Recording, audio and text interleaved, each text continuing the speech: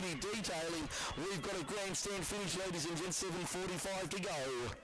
Yeah, well, they've finally they've put them away. They've good try in the corner. Jackson with a conversion to tie things up, and now it's all about attitude. If you ask me, if this gets to 10 all, this is a bit of desire.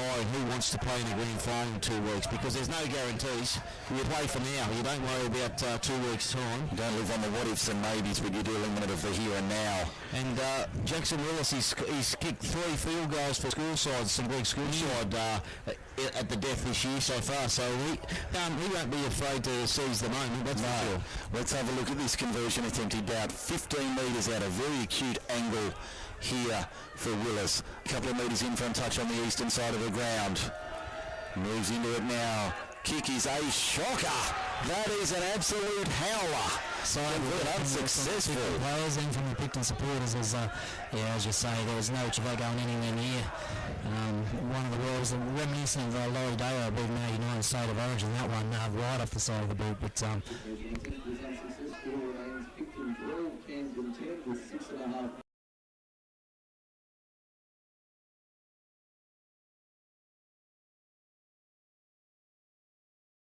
We'll see what they can come up with now. We'll see the restart. It won't go dead. It's only just in the 5th play and taken there. And Camden will dodge a bullet there, 10 metres out from home line, but they were lucky to get the ball at all off that restart. Weir holds it up. He can't get through the line this time. That's Donnie Thompson. Good line speed. He's trying to G his team up here. Here's a break for Camden up there. That's a good run. That looked like Appleby making a run. It's the 30. They'll go the short side again. Camden, Jimmy O'Neill. That's a good run from the number 9. Wins the penalty in the process. Nice work from the number 9. That was a good play in favour of the Camden Lambs. And Green quickly puts it on the right, puts it into touch, and that will find touch 5 metres inside Picton territory. We're down to 5:30 and counting in the major semi-final. It's a 2-point ball game. Picton's at 12-10. Mike Sheen, Matt French, Nathan Sutton with the call. Hope you're enjoying it this afternoon. Ben Weir, he puts it under the right wing and says, "Get out of my way, boys, I'm coming through." He'll play at 25 out. Here come the Rams. There's a good run there from Matt Abbey. Now he'll play it 12 metres out. What can the Rams do? Can they find another try? Green for Willis. Willis, nice ball. Hucks again. That's a combination they've used several times today. Doesn't break the line this time. The crowd's alive at Dudley Chisholm. Green at dummy half. Willis steps, finds half a gap. He's very close to the line. He's 2 metres out last time. Goes up from referee Sheldrick. He'll play it now. Jimmy O'Neill, dummy half. Fires it out for Zach Green. Green beats 1, beats 2. Still going. Grab a kick. That's a one from Picton. That's a penalty. Penalty for offside. Now, do you take the 2 here or do you absolutely take the 2 here? Do you go for glory and take that? There's 5 to go. You take the 2. Take the 2 all the time. They've taken the tap. They've taken the tap. Weir from close range. They can't stop him. They only just hold him up a metre out. I don't think the message got out fast enough from the trainers to take the 2. They would have been happy with it. Rizzo, hit and spin, dumped 2 metres out. I think that was Jaquel Mariner making the tackle there for Picton. Comes back, a ball for Green. Now for Willis. Willis beats 1, gets it outside to his side winger. He's centre there, Michael Appleby. Appleby still fighting. He's only metres out, 10 in eastern side. They've got tackles to burn. Scott dummy half. Willis gives a nice flat ball. Ben Stevens whacked. They appalling for a shoulder chuck. Referee says it was all right. He used his arms. 10 metres out, centre field. Shoulder every day of the week. Green fires it out to the right-hand side. Nice low kick towards the end goal. Taken dead by Picton. 6 more tackles. Line drop out. 3:20 remaining. Once again, it's just a silly play. They were very fortunate not for that time off. But yeah, now a nice little end of the set. It's the first time when Camden have really been able to finish their sets of 6 off well for the game, and they're doing it right now. So I'll tell you what, all the running is with Camden right now. Heavy pressure for Picton right now. I don't agree with this interchange they're making now. They've just taken Thompson off, putting the young Mariner brother on. Goal line defence, I think laterally Thompson's a better option on the line. We get back underway, 3:20 remaining, the major semi-final. The ball bouncing. Nobody put a name on on it. Mandali, 30 metres out from his own line, takes it up the middle, tries to find a way through, over the halfway to the 40, he's being stripped in the tackle, referee says he's on Picton, knock on Picton, Camden scrum feed. Wow. Plenty of action, 2:57 to go, Picton trail, Picton leads at 12-10 for Sydney Detailing. We've got 250 remaining on my clock, we'll see.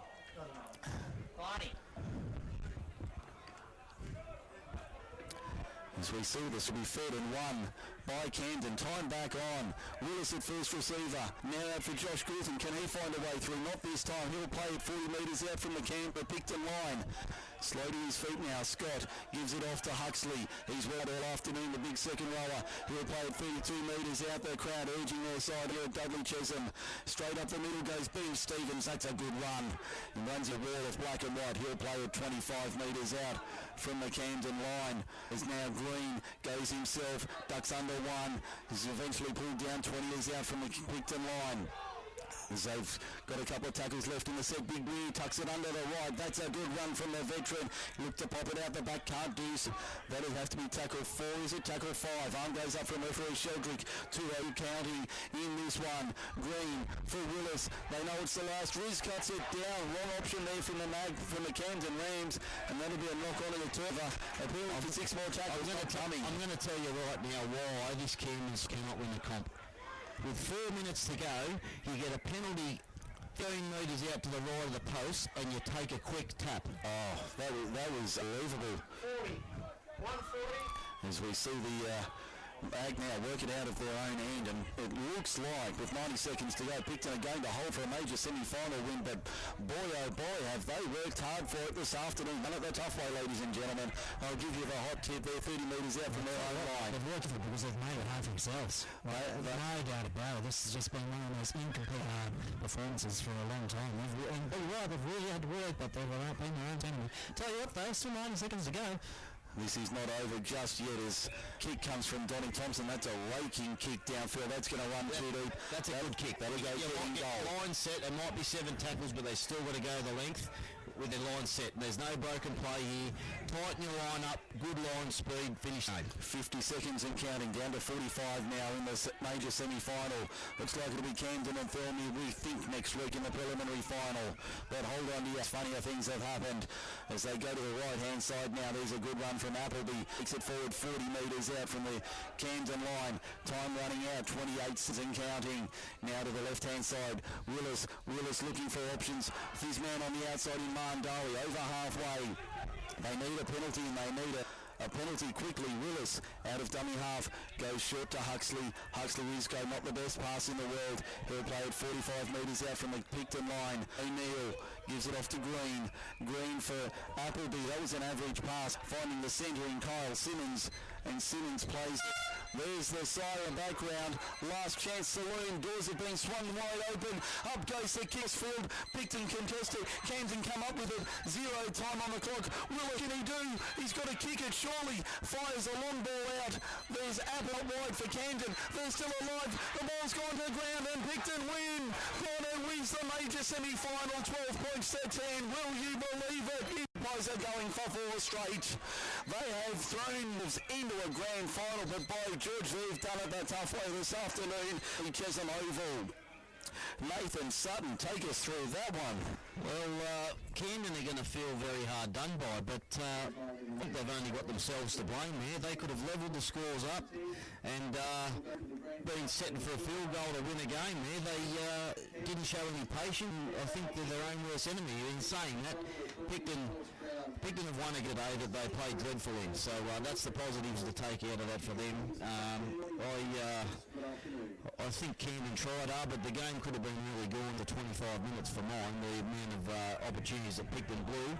But straight through the grand final, I don't think it's an advantage for them. I think they would be better suited playing next week, but the risk involved with that is obviously missing the grand final. So, but Camden play Thirlmere next week, and I think Thirlmere will pull out their chances after that.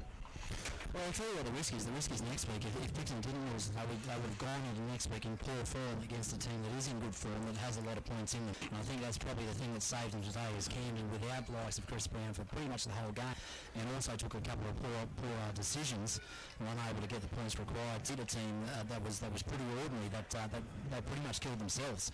So that was definitely the risk. So I think Picton will be very relieved. I think they'll be happy to shade off the extra week's worth of running in their legs that they would have gotten out of an extra game to get the weekend off and avoid playing a homey team.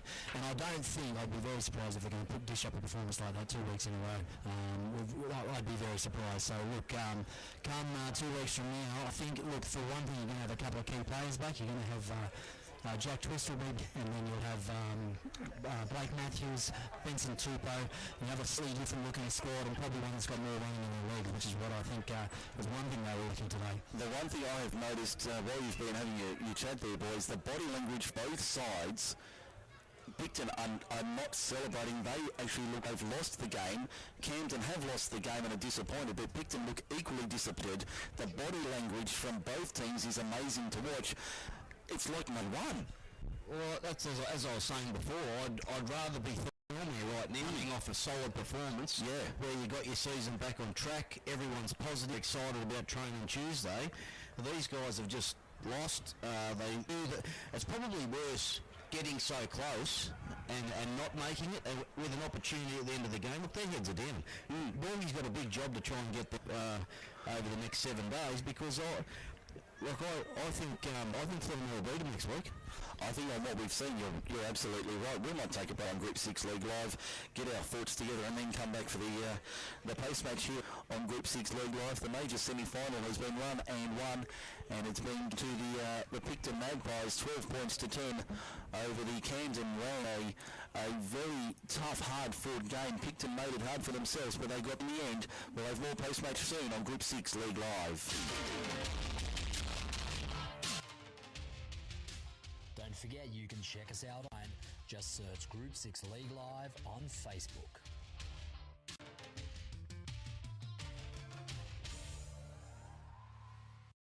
We're back at Dudley Chisholm, major semi-final, and Picton have held on to defeat Camden 12-10. It has to be said, Nathan Sutton and Matt French with me for the post-match for shot occasion. That was one of the worst performances I've seen from Picton for many years. Yeah, well, obviously, it's not one of their best, and they'll be very disappointed with that, but they're experienced enough to put that behind them and be looking forward to a grand final. So they'll acknowledge that they've got a lot of work to do, and as we said before, they had a lot of footy in the last month, and they've had a few key positions that didn't play today. They'll come back into the side, but look, it wasn't a real good game of footy all around, but Camden sort of hung in there, and that's the sort of game it was. The longer it would hang in there, the more chance they'd have of snatching a victory at the end. Yeah, I think Camden made a couple of poor errors late in that game. Obviously, opportunity to take the 2 points. That they're going to be mulling over that one for the if not more, depending on what happens next weekend, because that was a certain way to get into Gold Point, and then what happens from there, who knows? Well, they had the ascendancy, so if it goes to Golden Point, look, obviously we're talking about complete hypotheticals, but they had the ascendancy, and they had the opportunity to lock it up for certain, and then see what happens from there. Look, when you go take the penalty tap, you just never know what's going to happen. There's no guarantee you're going to hold the ball. I mean, as a coach in the past, I've always been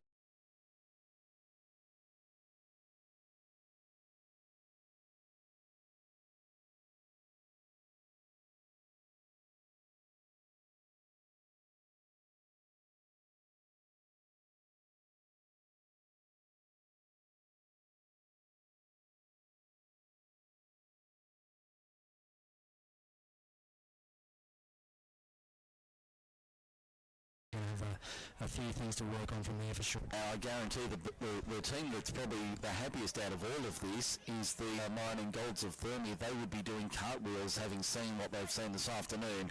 They would be, I would think, quite warm favourites going into next week's preliminary final at Camden. Yeah, well, they'll probably warm favourites to beat them last week, and they'll have learned from. They came in today with a different mindset, and we talked earlier about momentum in football and seasons, and I think I would have rather left it.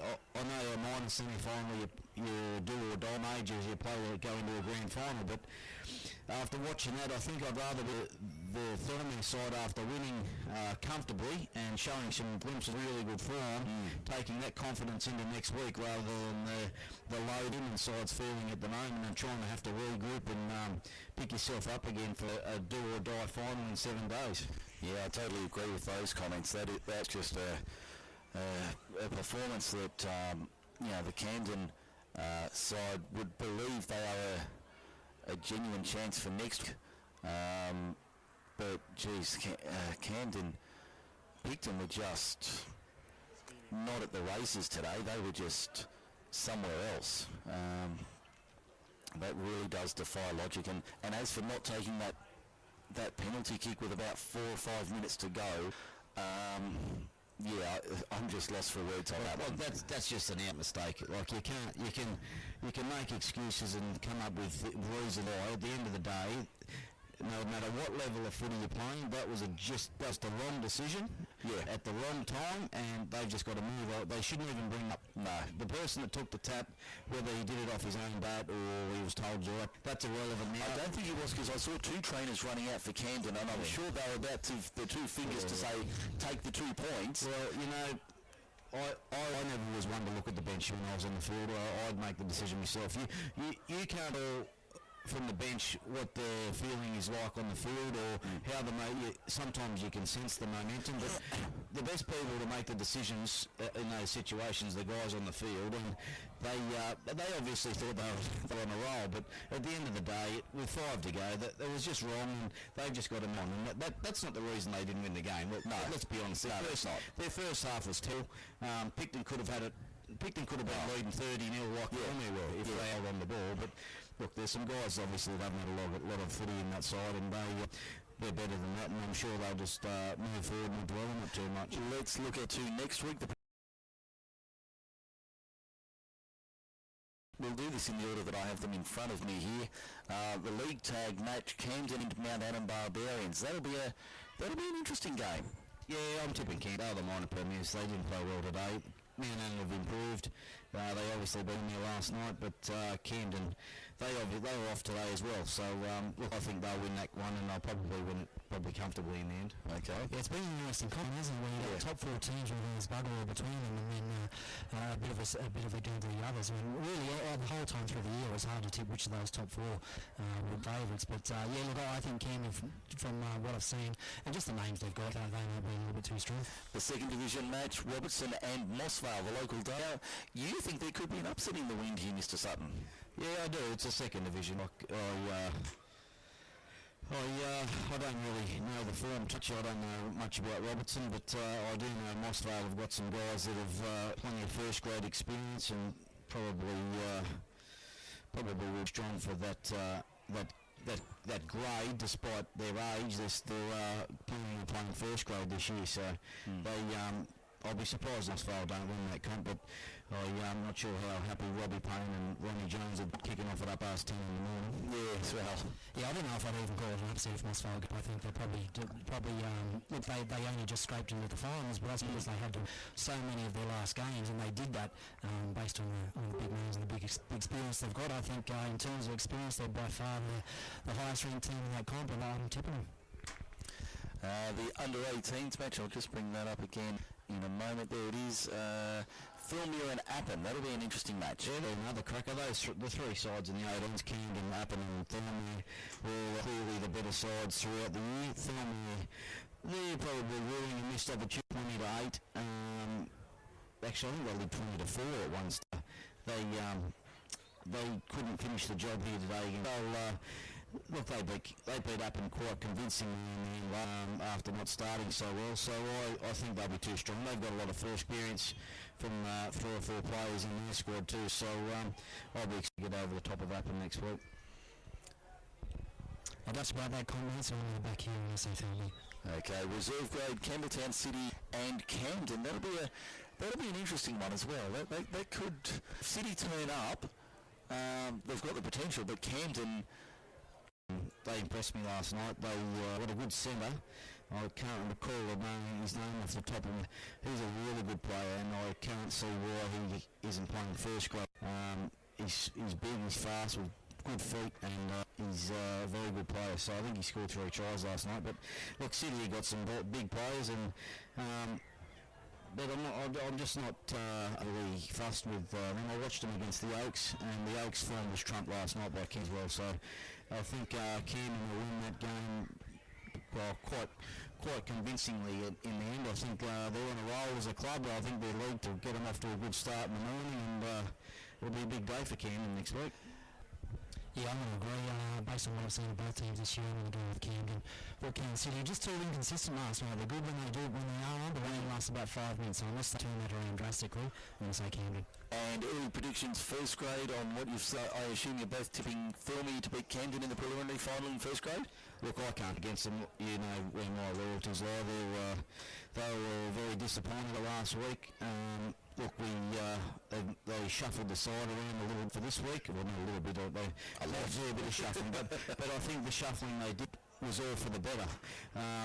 It probably should have happened, or I think it should have happened probably 6 weeks ago. But as we said in the call earlier, Johnny's probably arguably our most dangerous player, and the more often he has the ball in the hands, the better off they are. As an opposition, when the best is hasn't got the ball in his hands, you're relaxing. That's good. So if I don't want him touching the ball that much, and at fullback, you can. You got to drift in and out of games, but in the halves he was really strong today. Jacob Loco, he really solid. He just dominated the Oaks physically, and the boys in the middle did a good job. So it's good to see John Pike, and he just adds that's that extra big body coming off the bench. Yep. Yeah, I think they've got too many points to them. I think Camden. Thormy is they've got a big mobile forward pack, they've got plenty of speed, and they've got plenty of points, and I think they'll get it done. Okay, well, we'll wrap it up a bit after 5 o'clock here on Sunday afternoon. Gentlemen, thank you for joining us. It's been a fun afternoon of football. 3 really good games today in the league tag and the 2 straight games. We will be back next week. I'll advise during the week via Facebook what time we'll be on air, just to confirm all the specifics and which games we are covering. So head to Facebook, Group 6 League Live, for all the information as to the preliminary final and exactly what we'll be covering. We will be on air for first grade, I can tell you that. That'll be 3 o'clock next Sunday. Camden and Thormy, Frenchie, Sutto, thanks for joining us, boys. It's been fun as always. And on behalf of the team, I'm Mike Sheen. We'll see you next Sunday for the preliminary final of Group 6 League Live. And that was another game of Group 6 Rugby League, brought to you by the team at 6 League Live. Okay, welcome back to Thormy Sports Ground.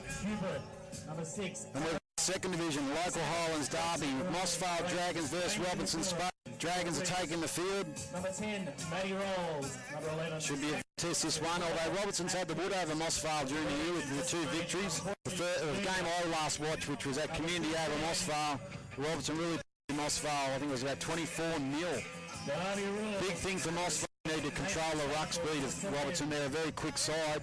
And if Robertson momentum and their quick fellas start getting around, I think you'll find it will take some stopping. For Mossvale, the key to it will be, as I said, controlling that ruck. They've got the big fellas in there. If they can probably aim down a little bit so they don't get tired too quickly and really dominate the field, I think is the key to Mossvale winning. They've got Chrissy Bucko, he sort of tidies up a lot of stuff.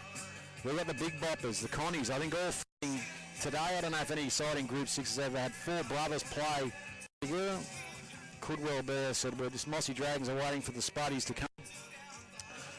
Winner of this game will take on Appin Dogs in the Grand Second Division competition. And that'll be held at 3:30 Campbelltown Stadium not Sunday, next Saturday, 3:30. Well, ladies and gentlemen, The Spuddies led out by Aaron DeJager.